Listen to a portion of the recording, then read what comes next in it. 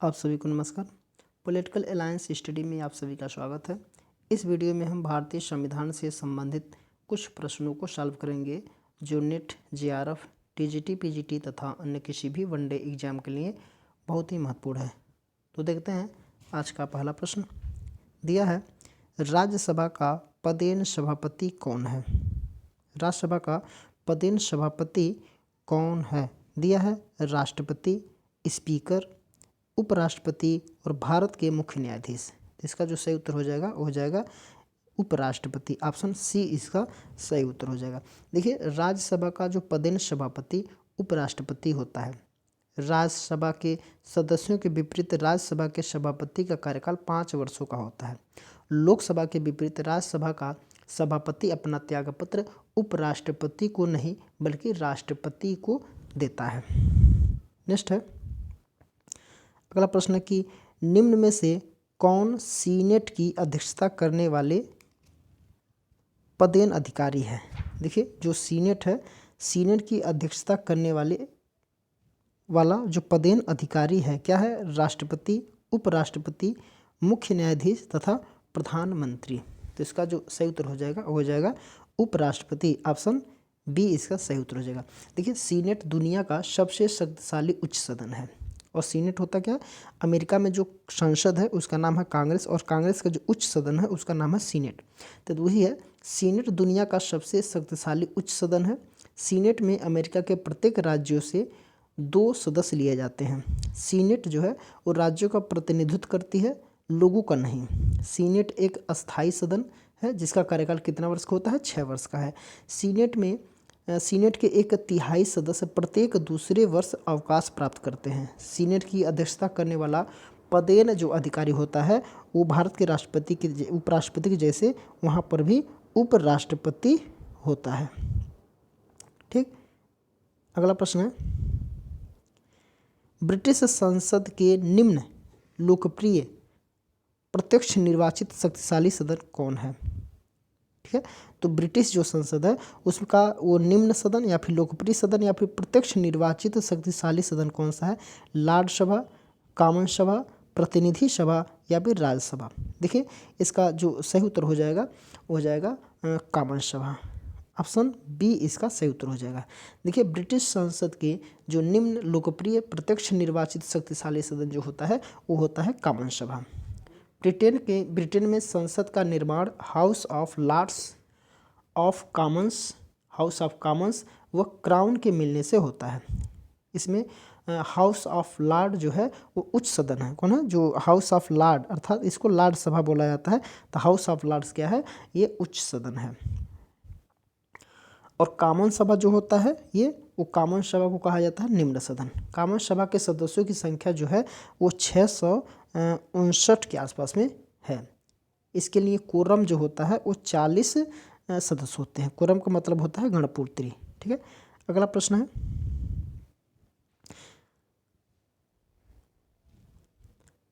भारतीय संविधान का कौन सा अनुच्छेद राष्ट्रपति को क्षमदान की शक्ति प्रदान करता है? क्षमदान की शक्ति प्रदान करता है। अनुच्छेद 71, अनुच्छेद 72, फिर अनुच्छेद 73 या फिर अनुच्छेद 74। तो इसका जो सही उत्तर हो जाएगा वो हो जाएगा अनुच्छेद 72। ऑप्शन बी इसका सही उत्तर हो जाएगा।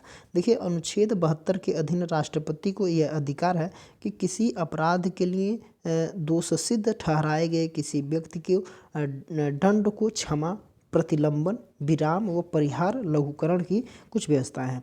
इसमें क्या है कि उन सभी मामलों में जिनमें दंड या दंडादेश सेना न्यायालय ने दिया है, उन सभी मामलों में जिसमें दंडादेश मृत्यु दंडादेश है, सख्ती होगी। ठीक है ना, इस तरीके से इसमें व्यवस्था किया गया है। नेक्स्ट है अगला प्रश्न है कि भारतीय संविधान का कौन सा अनुच्छेद संसद के प्रत्येक सदन को अपनी प्रक्रिया, कार्य व्यवहार के संचालन को विनियमित करने के लिए नियम बनाने का अधिकार देता है? दिया है अनुच्छेद 118, अनुच्छेद 19, अनुच्छेद 110 या फिर अनुच्छेद 112। तो इसका जो सही उत्तर हो जाएगा अनुच्छेद 118, ऑप्शन ए इसका सही उत्तर हो जाएगा। देखिए, संविधान के अनुच्छेद 118 के अधीन रहते हुए संसद का प्रत्येक सदन अपनी प्रक्रिया और अपने कार्य संचालन के विनिमय के लिए नियम बना सकेगा। राष्ट्रपति जो है वो राज्यसभा के सभापति और लोकसभा के अध्यक्ष से परामर्श करने के पश्चात दोनों सदनों की संयुक्त बैठकों से संबंधित और इसमें परस्पर संचार को संबंधित प्रक्रिया के नियम बना सकेगा। नेक्स्ट है, दिया है कि अमेरिकी सिद्धांत का कौन सा अनुच्छेद राष्ट्रपति के कार्यकाल से संबंधित है। ठीक है, दिया है अनुच्छेद 2, 3, 4 या फिर 5। तो इसका सही उत्तर हो जाएगा ऑप्शन ए, अनुच्छेद 2। देखिए, अमेरिकी संविधान का जो निर्माण है फिलाडेल्फिया सम्मेलन से हुआ था। कब हुआ था? तो ये 1787 में हुआ था। संविधान का प्रयोग 4 मार्च 1789 को हुआ था।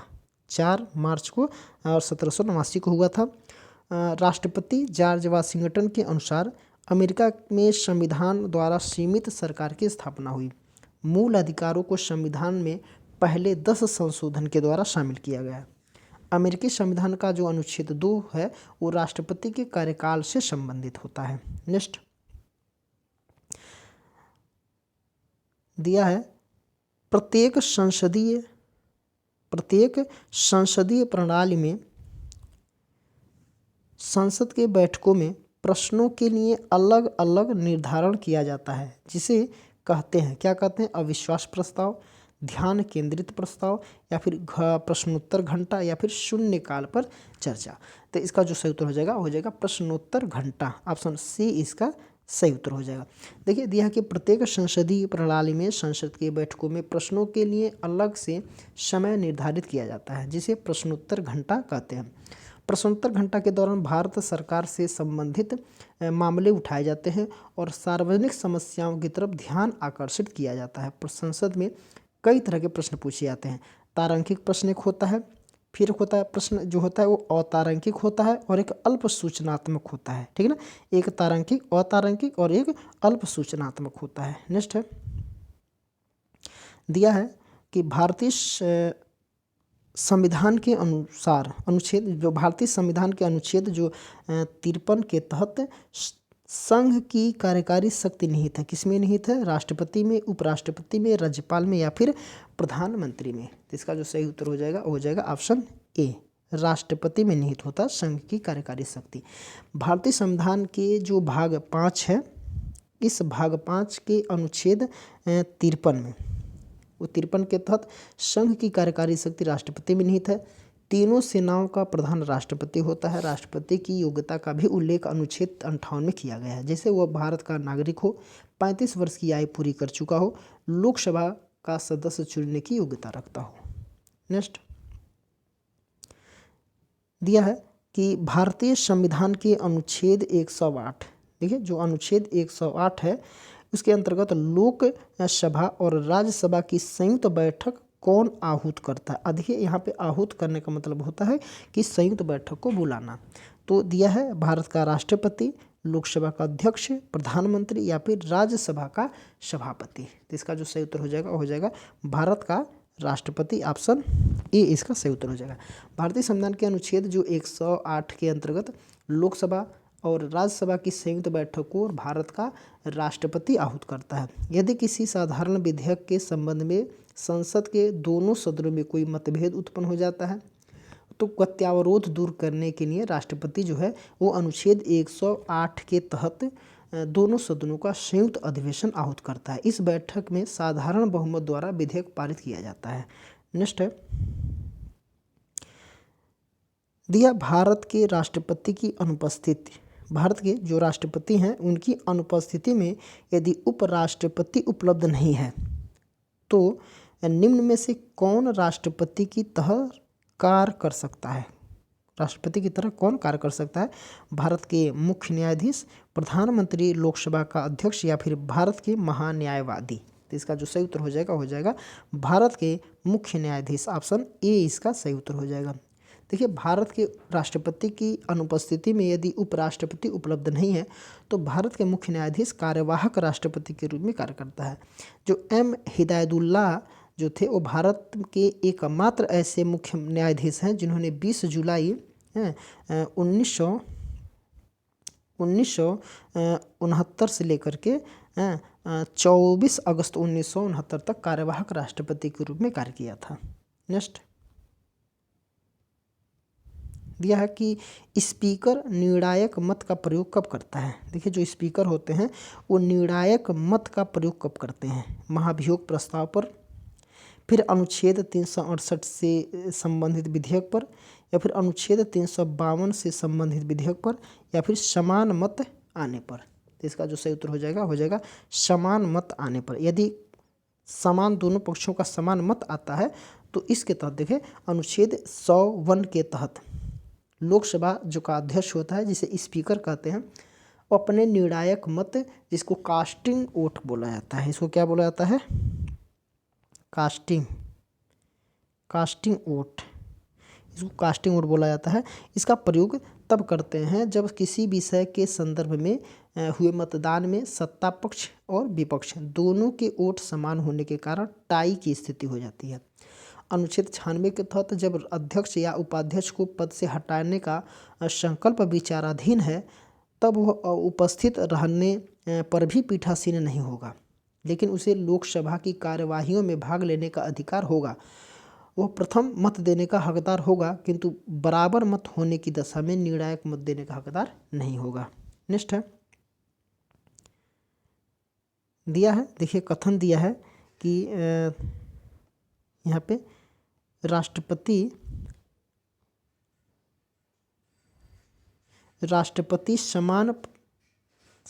शासन प्रणाली में पूर्ण कार्यकाल के लिए अस्थायी शासन व्यवस्था का उपबंध है। और इसका है कि राष्ट्रपति शासन प्रणाली में शक्ति का अभिकेंद्रण अंतर्जात है। शक्ति का वो क्या है? अंतर्जात है। देखिए, ये भी सही है और ये भी सही है, तो इसका जो सही उत्तर हो जाएगा ऑप्शन बी। ए और आर दोनों सही है, किंतु जो आर है वो ए की सही व्याख्या नहीं है, तो ऑप्शन बी इसका सही उत्तर हो जाएगा। नेक्स्ट है, अगला प्रश्न है कि अभी कथन दिया गया है तो राष्ट्रपति शासन प्रणाली में पूर्ण कार्यकाल के लिए स्थायी शासन व्यवस्था उपलब्ध है। देखिए, ये डबल हो गया है, लेकिन ये प्रश्न है कि अनुच्छेद 368 के अंतर्गत संविधान के संशोधन के बारे में निम्नलिखित में से कौन सही नहीं है? कौन जो है वो सही नहीं है? कौन सही नहीं है? दिया है कि विधेयक संसद के किसी भी सदन में पेश किया जा सकता है। विधेयक विशेष बहुमत उपस्थित मतदान में भाग लिया गया तथा कुल सदस्यों के 50% से अधिक द्वारा अवश्य पारित होना चाहिए। दिया कि सदनों के बीच असहमति होने की दशा में संयुक्त बैठक बुलाई जानी चाहिए। फिर राष्ट्रपति विधिवत रूप से पारित अनुपस्थित विधेयक को अपनी मंजूरी देने के लिए बाध्य है। तो इसका जो सही उत्तर हो जाएगा वो हो जाएगा ऑप्शन सी। सदनों के बीच असहमति होने की दशा में संयुक्त बैठक बुलाई जानी चाहिए। ये कथन इस तरीके से 368 के अंतर्गत नहीं सही है। ठीक है ना। देखिए, जो अनुच्छेद 368 है इसके अंतर्गत संविधान में संशोधन के बारे में यह सही नहीं है कि सदनों के बीच असहमति होने की दशा में संयुक्त बैठक बुलाई जानी चाहिए। साधारण विधेयक के संदर्भ में संयुक्त बैठक का प्रावधान जो अनुच्छेद 108 में किया गया है। संशोधन में संयुक्त बैठक की प्रक्रिया नहीं है। अगला प्रश्न है,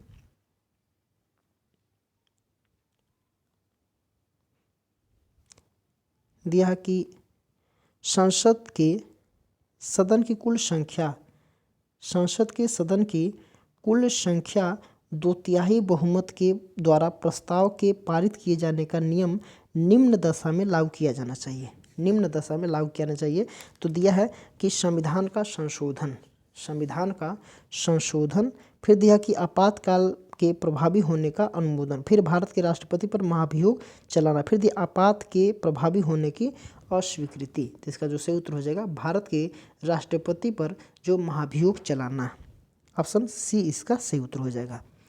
देखिए, संसद के सदन की कुल सदस्य संख्या 2/3 बहुमत के द्वारा प्रस्ताव पारित किए जाने का नियम भारत के राष्ट्रपति पर महाभियोग चलाने हेतु लागू किया जाता है। महाभियोग की प्रक्रिया का वर्णन जो किया गया है वो अनुच्छेद 61 के तहत किया गया है। नेक्स्ट दिया कि निम्नलिखित में से कौन सा आयोग पिछड़े वर्गों से संबंधित नहीं है। यहाँ पर कह रहा कि नहीं है। बख्शी आयोग, मंडल आयोग, हैवनूर आयोग या फिर शाह आयोग। ठीक है, तो इसका जो सही उत्तर हो जाएगा शाह आयोग। ऑप्शन डी इसका सही उत्तर हो जाएगा। ये नहीं है, बाकी जो है ये भूतपूर्व, देखिए कि भूतपूर्व मुख्य न्यायाधीश थे JC शाह। इनकी अध्यक्षता में वर्ष 1977 में गठित शाह आयोग आपातकाल, ये कब आपातकाल, किस समय के आपातकाल, तो 1975 से 77 के बीच में जो आपातकाल लागू हुआ था उसी के समय की गई जातियों की जांच के लिए बनाया गया था। इसकी अंतिम रिपोर्ट जो आई थी वह 6 अगस्त 1978 को प्रस्तुत की गई थी। नेक्स्ट दिया है कि निम्नलिखित में से किसने भारत के नियंत्रक और महालेखा परीक्षक के पद को समाप्त करने का सुझाव दिया था। देखिए, भारत का जो नियंत्रक और महालेखा परीक्षक के पद को समाप्त करने का सुझाव दिया था, ये कौन दिया था, तो पाल एपलवी, LK झा, NN वोरा और AD गोरवाला। क्या है, AD गोरवाला। तो इसका उत्तर हो जाएगा option A, Pal एपलवी। Option A इसका सही उत्तर हो जाएगा। देखिए, अमेरिकी लोक प्रशासनिक चिंतक जो थे वो पाल H एपलवी ने भारत के नियंत्रक और महालेखा परीक्षक पद की समाप्ति का सुझाव दिया। एपलवी जो है वो CAG अर्थात कैग के प्रणाली के कड़े आलोचक रहे हैं। नेक्स्ट है अगला प्रश्न है कि अमेरिका में, इसको छोटा कर लेते हैं, अमेरिका में बिल ऑफ राइट्स पहले जो 10 संशोधन में अन्य बातों के साथ निम्नलिखित में से कौन से सम्मिलित है। तो इसमें से कौन से सम्मिलित है, तो दिया है कि सभा करने का अधिकार, शस्त्र वहन करने का अधिकार और शीघ्र वाद सुनवाई का अधिकार, अनुपयुक्त तफ्तीश के विरुद्ध सुरक्षा का अधिकार। ठीक है, तो देखिए ये सम्मिलित है, पहला जो है सही है। और शस्त्र वहन करने का अधिकार, दूसरा की बी है, शस्त्र वहन करने का अधिकार, वाक स्वतंत्रता का अधिकार, समानता का अधिकार, सामाजिक सुरक्षा भत्ते का अधिकार, ये नहीं है। सुरक्षा का अधिकार, जीवन का अधिकार, सभा करने का अधिकार और सामाजिक सुरक्षा भत्ते का अधिकार भी नहीं। सभा करने का अधिकार, शस्त्र वहन करने का अधिकार, शीघ्र वाद सुनवाई का अधिकार, सामाजिक। देखिए इसका जो सही उत्तर हो जाएगा वो हो जाएगा ऑप्शन ए। ऑप्शन ए इसका सही उत्तर। देखिए 25 दिसंबर, कब, 25 दिसंबर 1789 को अमेरिका में बिल ऑफ राइट्स पहले 10 संशोधन में अन्य बातों के साथ साथ अमेरिकी नागरिकों को सभा करने का अधिकार, शस्त्र वहन करने का अधिकार, शीघ्र वाद सुनवाई का अधिकार एवं अनुपयुक्त तफ्तीश के विरुद्ध सुरक्षा का अधिकार प्रदान किया गया था। नेक्स्ट है अगला प्रश्न है कि भारत में जनहित याचिका, भारत में क्या है कि जनहित याचिका व्यवस्था की शुरुआत हुई थी। जनहित याचिका व्यवस्था की शुरुआत कब हुई थी, संवैधानिक संशोधन द्वारा। ठीक है, संवैधानिक संशोधन द्वारा। बी है न्यायिक पहल द्वारा, सी है राजनीतिक दलों द्वारा और डी है एक संसदीय अधिनियम द्वारा। तो इसका जो सही उत्तर हो जाएगा न्यायिक पहल द्वारा। ऑप्शन बी इसका सही उत्तर हो जाएगा। देखिए भारत में जनहित याचिका की शुरुआत न्यायिक पहल जो हुआ था ये 1980 में जस्टिस PN भगवती व जस्टिस BR, एक और थे BR कृष्ण अय्यर द्वारा किया गया। इसकी औपचारिक रूप से शुरुआत जो हुई थी SP गुप्ता बनाम भारत संघ 1982 में हुआ था। कब हुआ था, 1982 के आसपास में ये सब हुआ था। नेक्स्ट है अगला प्रश्न है कि निम्नलिखित में से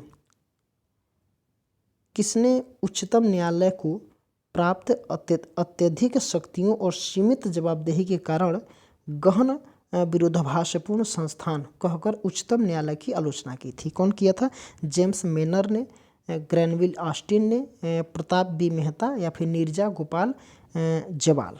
तो इसमें कौन किया था, तो इसका उत्तर हो जाएगा Pratap B Mehta. Option C इसका सही उत्तर हो जाएगा। देखिए प्रसिद्ध भारतीय अकादमिशियन प्राप्त जो प्रताप भानु मेहता ये कब जन्म लिए थे, तो ये 1967 में जन्म लिए थे, 1967 में जन्म लिए थे।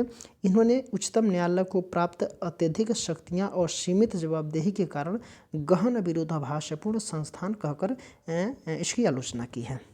नेक्स्ट दिया है, लोकसभा के निम्नलिखित अध्यक्षों को उनके कालक्रम में व्यवस्थित करिए। इनके इसमें देखिए कालक्रम में व्यवस्थित करना है, तो हम देखते हैं जो शिवराज बी पाटिल जो हुआ था, ये 1991 से 1996, ये 1991 से 1996 तक हुआ था। फिर दिया है सोमनाथ चटर्जी जो चटर्जी 2004 से 2009, ये कब 2004 से 2009 तक हुआ था। फिर दिया है कि मनोहर जोशी 2002 से 2004, ये 2002 से 2004 तक।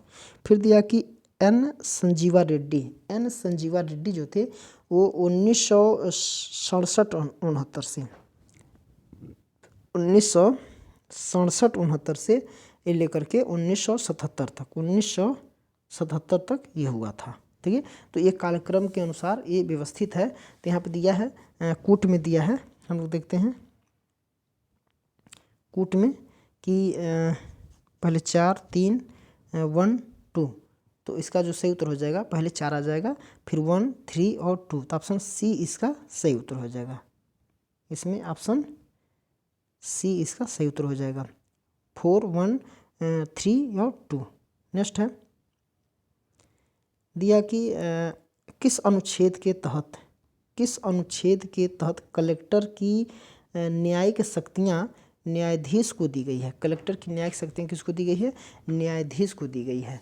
अनुच्छेद 50 के तहत, 233 के तहत, 236 के तहत और अनुच्छेद 237 के तहत।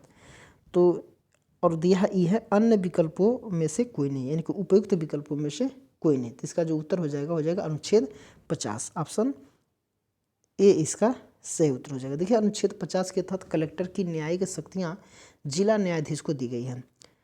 संविधान के अनुच्छेद 50 में कार्यपालिका से न्यायपालिका के पृथक्करण की बात कही गई है। चूँकि कलेक्टर कार्यपालिका के अंतर्गत आता है, अतः इसकी न्यायिक शक्तियों को जिला न्यायाधीश को सौंप दी गई है। नेक्स्ट है दिया है धन विधेयक को पारित या वापस करने के लिए राज्यसभा को दी गई अधिकतम समय सीमा क्या है? 18 दिन, 14 दिन, 15 दिन, 19 दिन या फिर 21 दिन। तो इसका उत्तर हो जाएगा 14 दिन। ऑप्शन बी इसका सही उत्तर हो जाएगा। देखिए धन विधेयक के संबंध में राज्यसभा को अधिकतम 14 दिनों के अंदर निर्णय लेना होता है।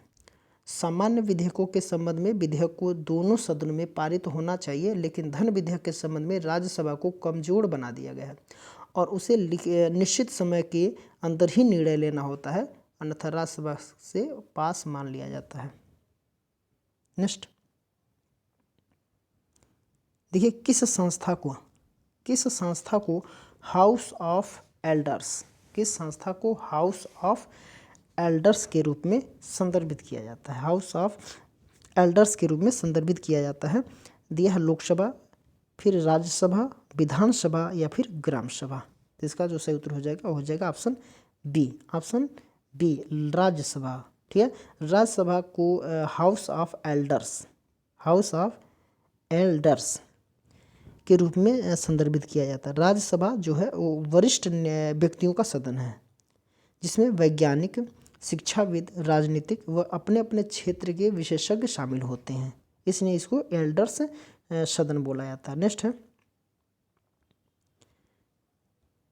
दिया है निम्नलिखित में से भारत के राष्ट्रपति की सही चुनाव प्रक्रिया क्या है? भारत के जो राष्ट्रपति की सही चुनाव प्रक्रिया क्या है? दिया है कि जो ज़्यादा मत पाया वह जीता, फिर आम सहमति, नामांकन या निर्वाचन मंडल के सदस्यों के द्वारा परोक्ष से या फिर प्रत्यक्ष चुनाव द्वारा।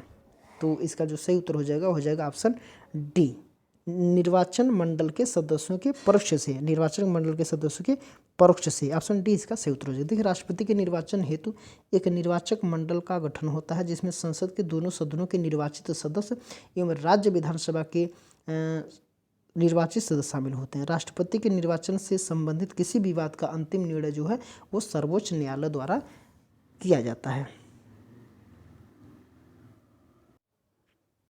अगला है, और ये सेट का लास्ट प्रश्न है कि भारत की आकस्मिकता निधि को किसके अधिकार के अंतर्गत रखा गया है? वित्त मंत्री, राष्ट्रपति, प्रधानमंत्री और वाणिज्य मंत्री या फिर गृह मंत्री? इसका जो सही उत्तर हो जाएगा राष्ट्रपति। ऑप्शन बी इसका सही उत्तर हो जाएगा। भारत की आकस्मिक निधि, इसको आकस्मिक निधि बोला जाता है, तो आकस्मिक निधि राष्ट्रपति के अधीन रखी गई है। संविधान के जो 267 है, अनुच्छेद 267 के अनुसार अप्रत्याशित व्यय को पूरा करने के लिए संसद भारत की आकस्मिक निधि स्थापित कर सकती है। यह निधि भारत की आकस्मिक निधि अधिनियम 1950 द्वारा स्थापित किया गया। यह निधि राष्ट्रपति के जिम्मे है। ठीक है, तो आज के लिए इतना ही। इसके आगे के प्रश्नों को हम लोग अगले वीडियो में देखेंगे। तो इस वीडियो को आप लोग लाइक, सब्सक्राइब और शेयर भी कर दीजिएगा।